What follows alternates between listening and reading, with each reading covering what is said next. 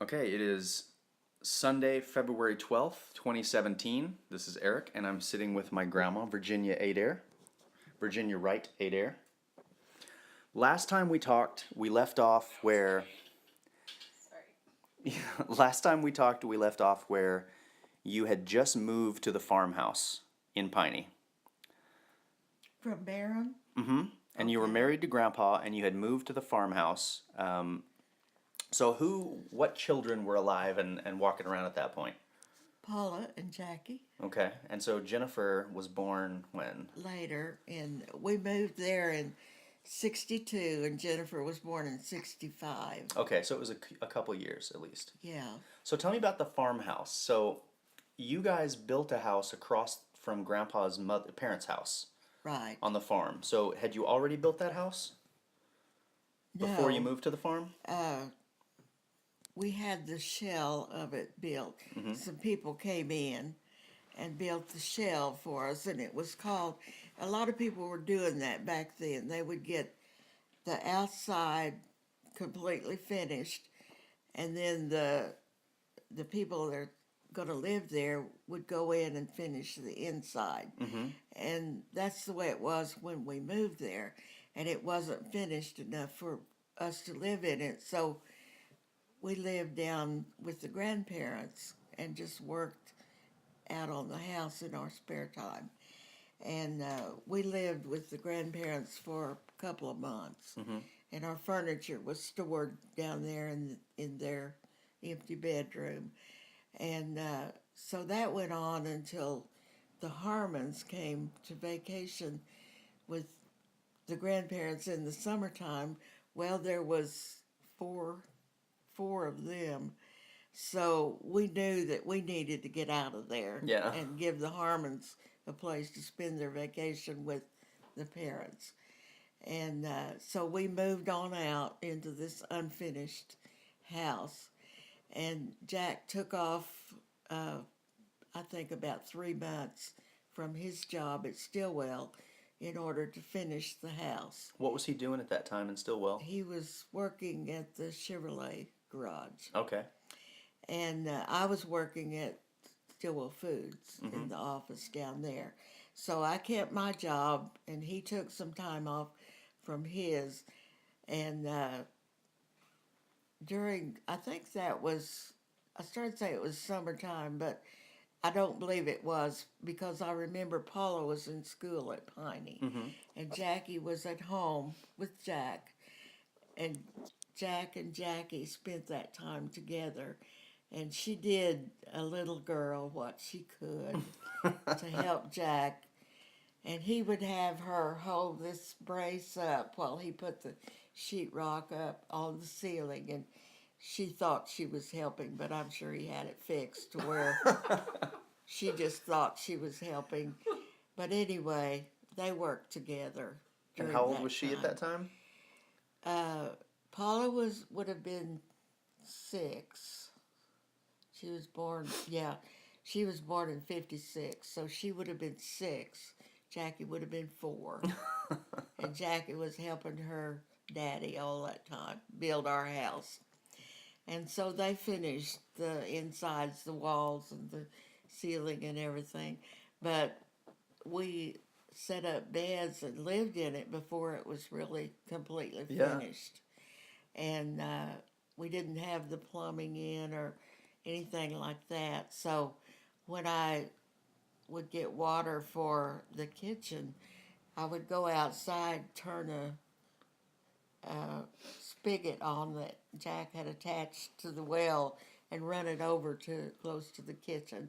And I would get a bucket of water and take it up for the kitchen. So we finally got all that plumbing done too. It took probably that whole 3 months to finish the house up. Yeah. But Jack did it all with Jackie's help. Yeah. And during that time, in the Stillwell paper, there would be community news, and there would be a correspondent in each little community around that would submit their news to the Stillwell Democrat Journal. It came out once a week, and So Jack told Paula the day she started to school, and he said, "Now, Paula, I want to tell you something. Don't you go to school and tell everybody that I'm putting in a bathroom in this house, because they'll want to know what we did for a bathroom before I put this in." Yeah. The next week in the paper, there was a item that said Jack Adair is installing a bathroom in his new I house. love that that's newsworthy.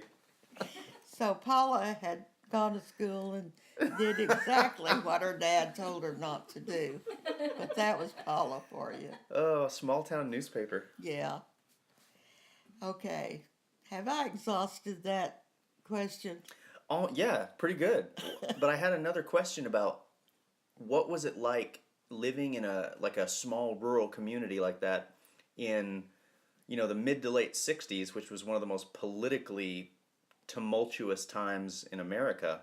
Like, did it bleed over into the rural community a lot, or did you feel kind of apart from it? No, we were a part of it Yeah. because community events were very important. That was our social life, Mm-hmm. and we knew everyone that was a part of the Piney community. We were very much a part of that, Mm-hmm. and there would be things like singing, musicals, pie suppers, Christmas programs, all that kind of stuff going on, as well as the church that we had in the old Piney school. I assume a lot of the young men were getting called up for Vietnam and. Yes, and so yeah, we were very much a part of that, and very much a part of the national news also Mm-hmm. that was going on at that time. Jack and I have always been political, Mm-hmm. and we were very active in our politics at that time. We would go to political meetings a lot, and we also worked for politicians if we thought they were worthy of our help. Right. We helped them, and also contributed money to the ones that we thought were honest and Mm-hmm. deserving of it. So we were political, and we were also social. That's good. I like that. I know being raised, you always, like, something the Adair's always did was talk about politics. And it's still something we do as soon as you get more than two of us in a room. Yes. And Scott found out that Oh, the yeah. hard way. Yeah. Okay. So tell me about once you move into the early 70s, what are you doing then? Let's see, Jennifer would have been 5. I was raising broiler chickens in our chicken house. Mm-hmm. Jack was working back at Stillwell, and I was at home because after Jennifer was born, I did not want to go back. I wanted to work. I wanted to stay home with her. Mm-hmm. And we built that chicken house to raise those broilers where I could take care of it during the day and be home with her. Are broiler chickens the small ones? Yeah, it's the ones that they make fryer parts out of. Okay. So every 2 months we would sell. Our house held 15,000, Wow. and they would grow off in the space of 8 weeks, Uh-huh. and then we would have about 3 or 4 weeks to get ready for the next batch of babies that came in. Mm-hmm. So that's what I was doing. Jack was working at Stillwell, and Jennifer would have been in kindergarten. I drove her to Westville every day for her kindergarten because I wanted her to be involved and not stuck out there with no kids to Right. be around. And so that was our life at that time. I remember Mom telling me about taking care of the chickens and how at first she thought it was fun and exciting because she got to go out and play with all the baby chicks, but she said eventually everything smells like chickens. Right. There's feathers on everything. Right. And you hate them. Yeah. Those fuzzy little yellow things turn into these big ugly things with feathers all over them, and you just didn't like them anymore. You were glad to see them go. What else were you guys doing on the farm at that time? Did you have cows at that time? Yeah, we always had cows. Jack always had cows. He kept a herd of about 30 because that's what our acreage would support. And he also farmed Mm-hmm. all the time. He would farm nights and weekends, and he raised soybeans, corn, uh, soybeans more than corn. But I remember one year we had that big field out in front of the house full of field corn, Mm-hmm.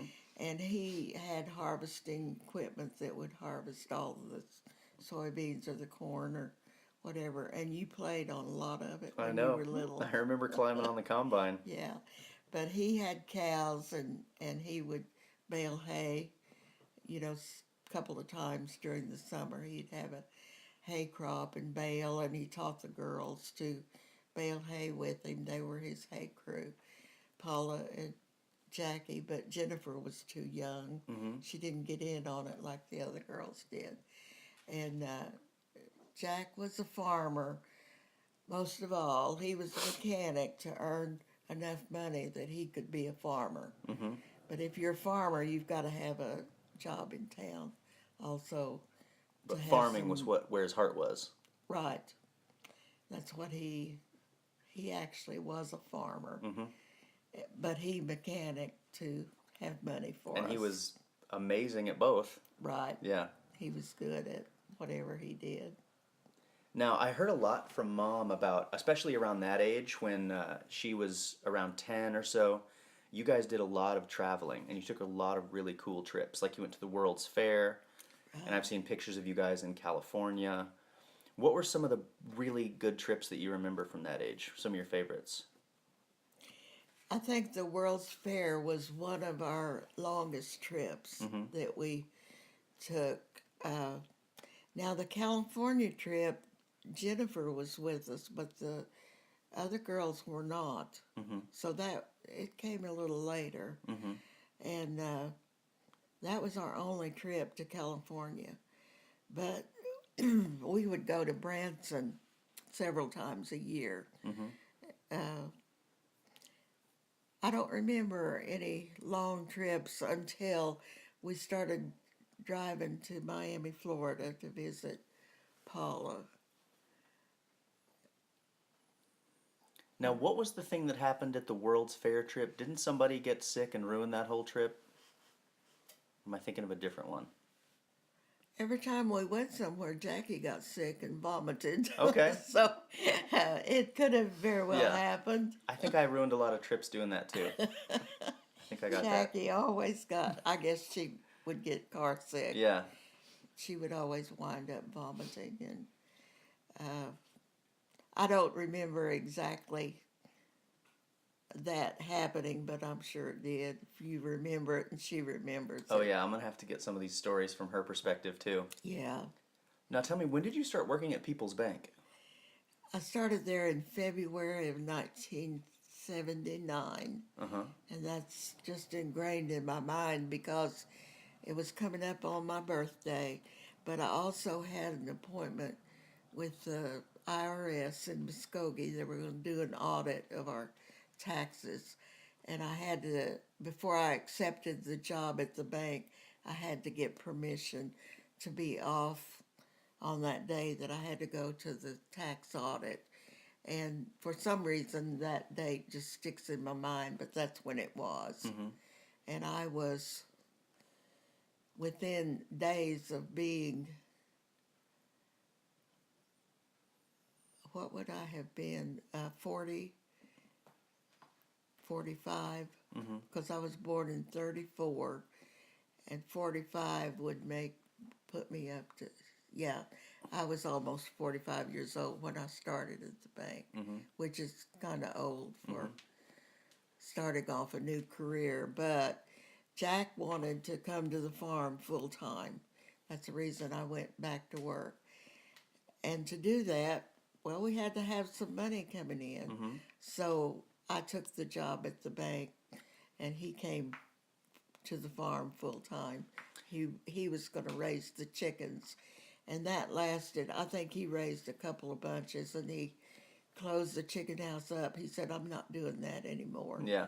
So that was the end of our growing chickens. Mm-hmm. He didn't stick to it like I did. Right. Well, I could tell he liked the cows a lot, and I Yeah. guess you guys didn't really like the chickens that much. Yeah, well, the chickens smelled, you Yeah. know.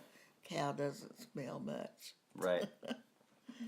I love hearing that you guys had such progressive roles in your marriage, especially given the time.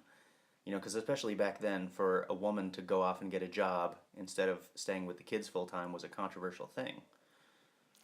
Well, as I told Sam earlier on, I was a career woman Mm-hmm. when Jack and I married because I had been on my own in Tulsa.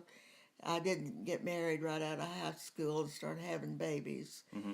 I worked for several years and got a business education and held down a job. And I guess I was an oddity of my time. Mm-hmm. But anyway, that's why I could do those things. Mm-hmm. I think you were ahead of your time.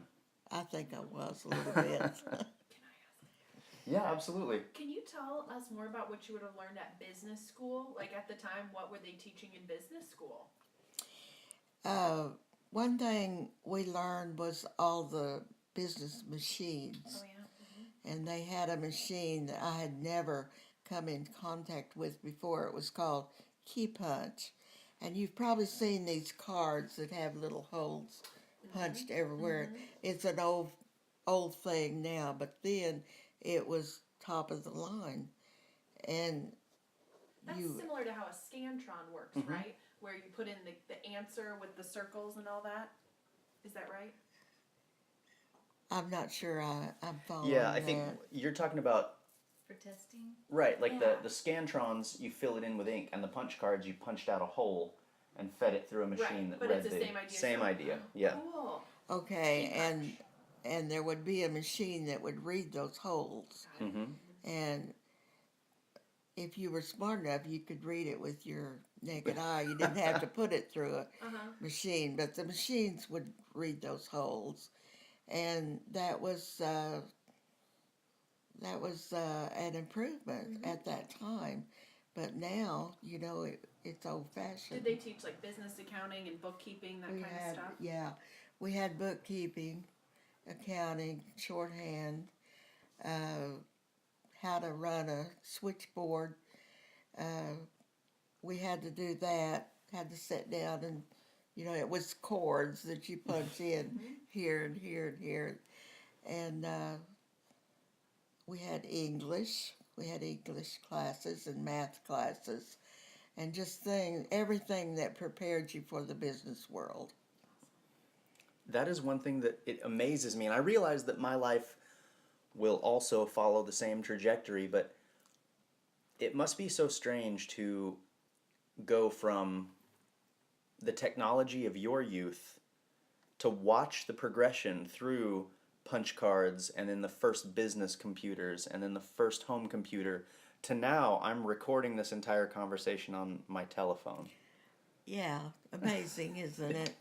And I've been left behind technology-wise because at my age now, I just don't keep up with everything.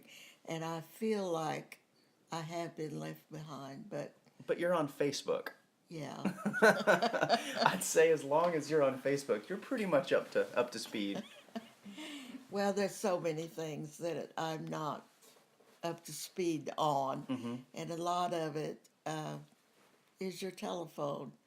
You know, I have a cell phone, but it doesn't have all the goodies on it. Mhm. So, yeah, I've been left behind somewhat, but I think I've kept up more than a lot of people of my age Yeah. group have.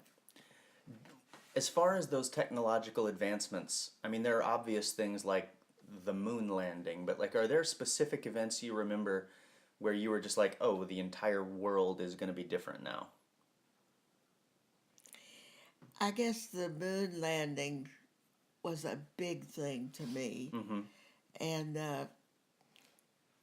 at that time, we're out there on the farm. Our television broke down. Well, I've got to see this moon landing, so how am I going to do it?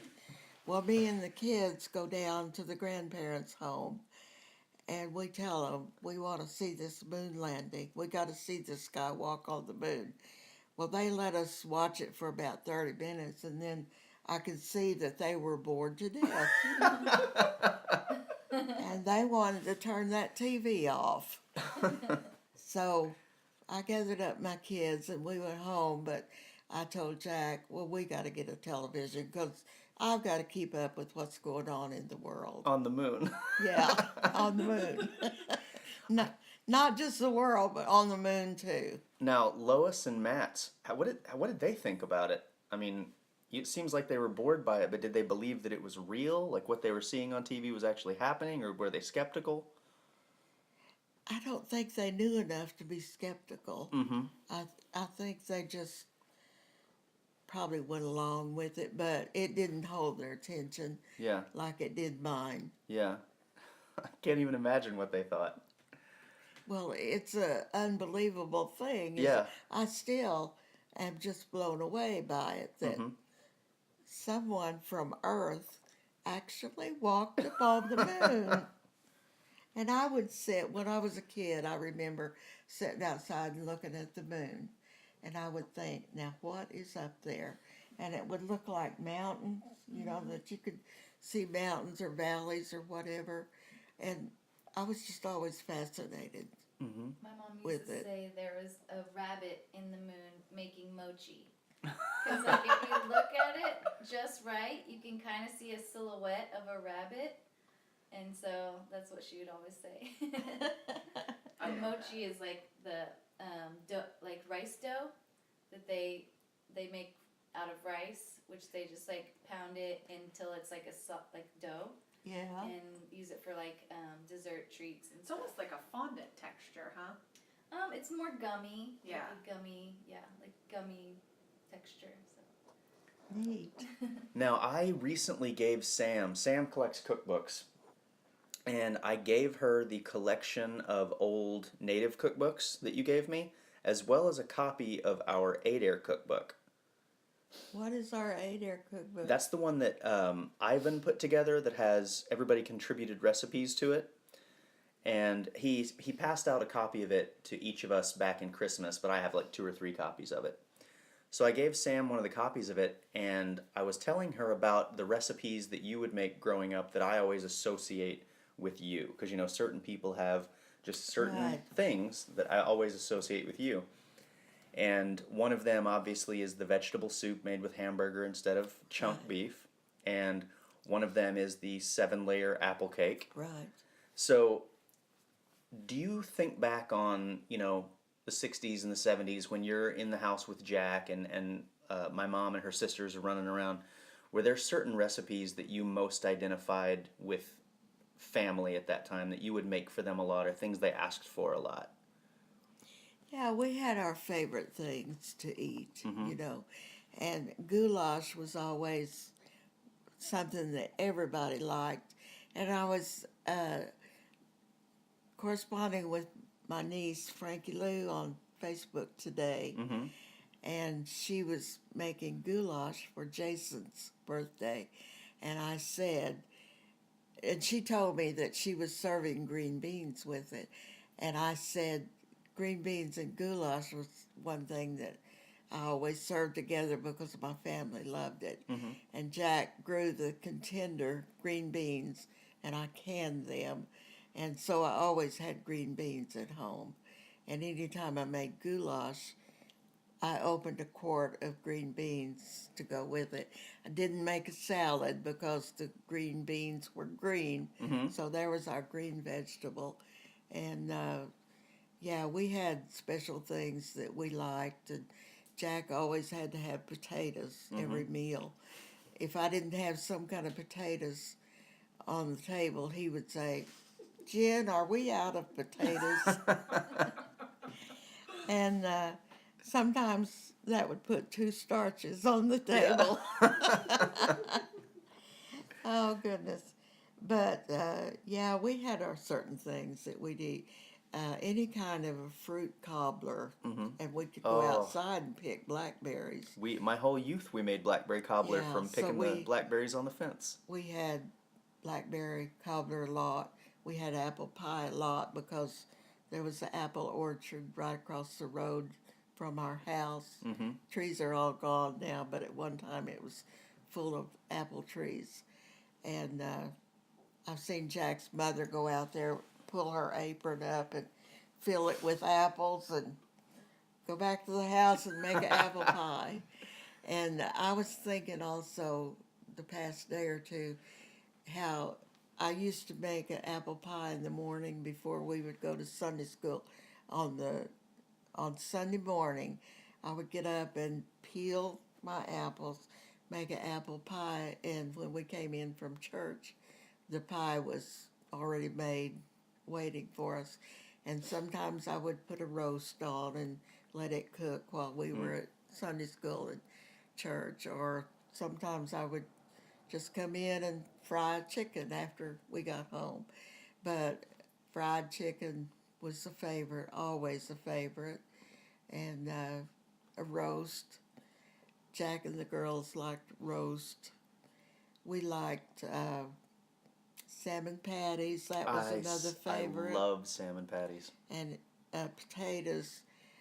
One way that we all loved potatoes was to dig new potatoes, the little small new potatoes, scrape that skin off, and then fry them in a skillet until everything is brown and the inside's cooked really good and the outside has this crispy brown crust on it, and that was Jack's favorite. And I'm sure you have sat at my table and eaten a lot of these. A lot of them, yeah. Foods. I think once I was around, and it might have been because I always asked for it, but the meal that I most associate with you and the farm is brown beans and cornbread. Right. Because the first night I came, every time we'd have brown beans and cornbread. I usually cooked those on the weekend because Jack had to have that once a week. And we all like that also. So usually on Saturday I would cook the beans and cornbread, and you were probably there on a lot of Saturdays. Yeah. So that was our beans and cornbread day. I love that. You'd always you'd clear the coffee table in the living room, and you'd lay tea towels over the coffee Right. table, and we would all eat in the living room and watch the news. Yeah. And you and Eli would sit in the floor and eat from the coffee table where I fixed it up for you. That was one of my favorite memories. That was good times, wasn't it? Yeah. Well, that's half an hour. That's how easy it is. All right. I wanted to. Oh, go ahead, Mish. We're still recording. Okay, so this is unrelated to food, but was Jack ever hopeful to have a boy? Oh, yes. Yeah. Oh, yes. We were both sure that our third child would be a boy because we already had two girls. And we had a boy's name picked out, but we also had a girl's name picked out in case it was a girl. And now, and also at the time she was born, I don't know what we ever would have done without Jennifer. If we'd had a boy, we wouldn't have had Jennifer, and we probably would not have had another child because 3 was about all we could take care of financially as well as other ways. But I think God saw what we needed, and He gave us Jennifer. And my daughters used to talk about this, and they would say, if you'd had a boy, I wonder what he would have been like. He probably would have been a sissy, and Jack wouldn't never have liked him. So, yeah, we would like to have had a boy, but I cannot imagine life without Jennifer. She's been a blessing. All the girls have, but since she was our last one, I guess that was a little special. I think you've made up for the boy factor in your grandkids. I think so. We had all these wonderful grandsons, and Jack got to enjoy you. I am so thankful that you kids got to grow up around him Me and too. spend a lot of time. with him, so he had his boys. Mm-hmm. Yeah. They just happened to be grandsons Yep. and not sons. Yeah. But he certainly enjoyed being with his grandsons. Taught you all how to drive tractors and Mm-hmm. herd cattle and How to pick splinters and. work in the shop. And Mm-hmm. was it you or Eli that built the Eli. ramp? They rebuilt the pickup truck together out there. And the ramp that I'm thinking of, was that Eli It that might have been. built the ramp? And then he built the go-kart for you Mhm. guys. You said that Eli used to help a lot in the kitchen. Did he help you can? I'm like really into canning. No, he didn't get in on that, Okay. but he would help me cook bacon and biscuits and make gravy, and we would do things like that. Cookies. He learned to make cookies in my kitchen, and what's that? It's called a no bake, and it's Mhm. got a lot of oatmeal in it, Peanut and it butter, tastes like chocolate. candy. Into it. Yeah, he That's could my make favorite. that all by himself. Uh-huh. And he had the cookbook from the hospital that your mom had recipes in, so he would just go get the cookbook out. And Who taught you how to make the 7-layer apple butter cake? Jack's mother, it was their family recipe, and they lived in Tennessee before they moved here, and it actually was a recipe that came from that area of Tennessee. And she made it every year for Christmas, so that became a thing of mine that I made it every year after she couldn't do it anymore. So I did it, and now Paula has picked it up, and also Mary Adair makes it every Christmas now too. I love it. Yeah, it's a good cake. We're gonna make it. We've already decided that Mish and Sam and I are gonna get together and make that cake. What Right. about the strawberry jello cake? Who made That's that? from my other side of the family. Yeah, and we're gonna make that one too. That's one of my favorites. What other kind of stuff did you? I'll just go all day. Sure. What other kind of stuff did you can besides green beans and I guess apple butter?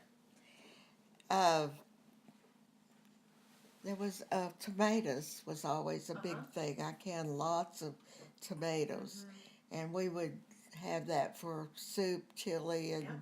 all that kind of stuff. So green beans and tomatoes was my standbys on the canning, and then I put corn in the freezer because we liked corn from the freezer better.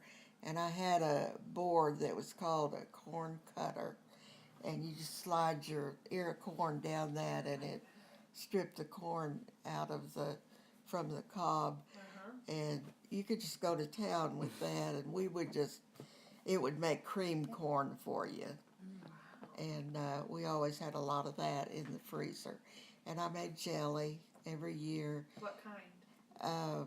just whatever I happened to find fruit that I could use. And my sister-in-law had some wild plum trees at her house, and I would go gather those plums and make wild plum jelly. I would make apple jelly. Strawberry jam was always used a lot of strawberries for that. So just whatever kind of fruit I could get a hold of. Peaches. Sometimes I would can the peaches, or sometimes just make the peach jam from the whole fruit.